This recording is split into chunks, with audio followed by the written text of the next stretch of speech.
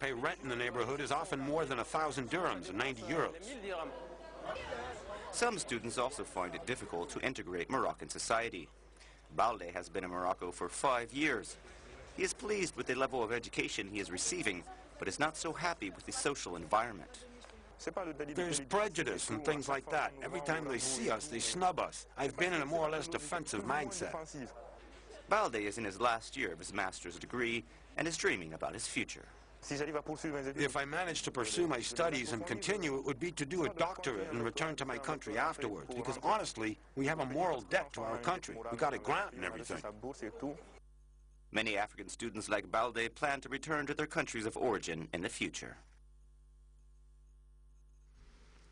The Grammy Awards will honor music's best and brightest stars this weekend in Los Angeles, and that includes one of the fastest growing genres of music, and that is country music. CNN's Maggie Lake reports it is apparently not just popular with American audience anymore.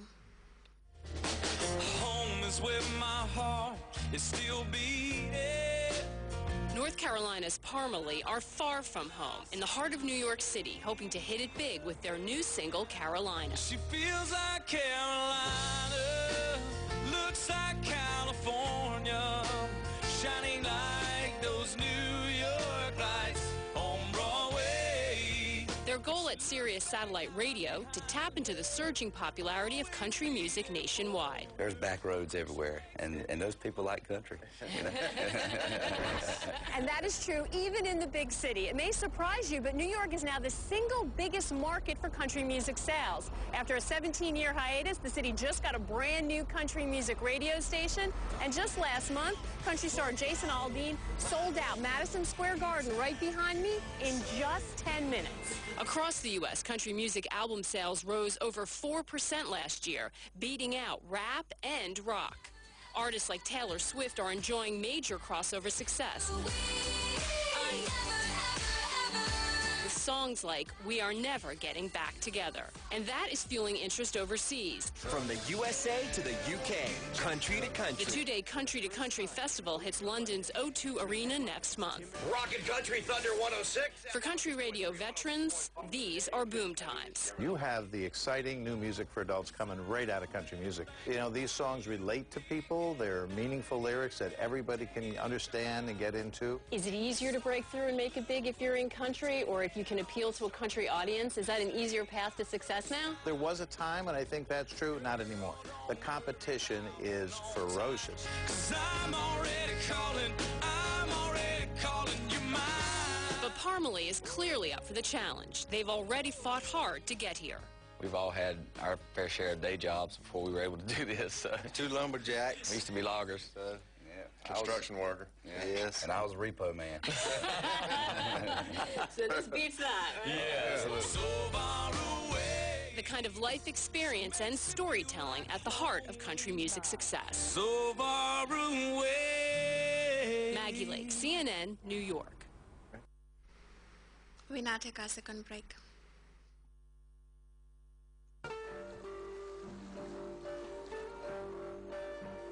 Very nice country.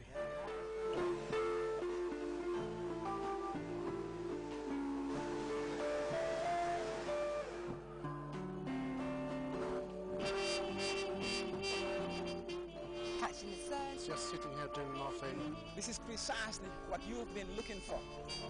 A vacation in some exotic destination. Green and always sunny. Amid ever blue skies, navigable rivers, and clean white beaches. Begging for a lazy day.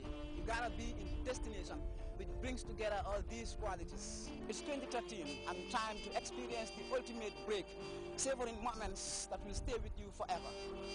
Discover the characterful delight of this smiling coast on the expedition with me, Ibrahim Jata, at this time on GRTS.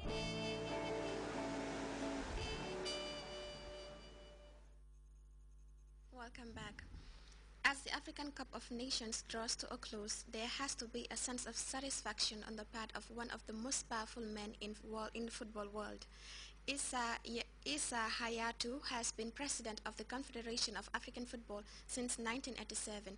Not one to go before lights and cameras too often, but he did sat down with CNN's Alex Thomas for an interview in Johannesburg. It's You know, it's a competition that's created a lot of surprises.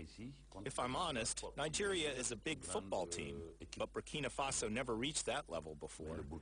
So although it's a surprise, it's a good surprise, because Burkina and Nigeria have produced a good quality of football, and that's been satisfying to see. And if they show us in the final what we saw in the quarterfinals and the semifinals, then it will be a very beautiful final that the whole world will enjoy.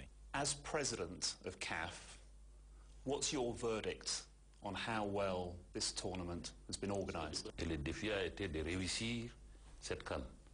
The challenge was to have a successful Africa Cup of Nations, because some people thought we couldn't succeed because South Africa isn't at the top of the sport at the moment. But the organizing committee showed a lot of effort and did everything to ensure that this competition would go well. Of course, all the stadiums are not full, unlike what happened at the World Cup. But for an Africa Cup of Nations, I think we've had a record attendance level. We have sold just over 750,000 tickets, which is a very good result. Could the country host an Olympic Games, in your opinion? South Africa can definitely organize the Olympic Games.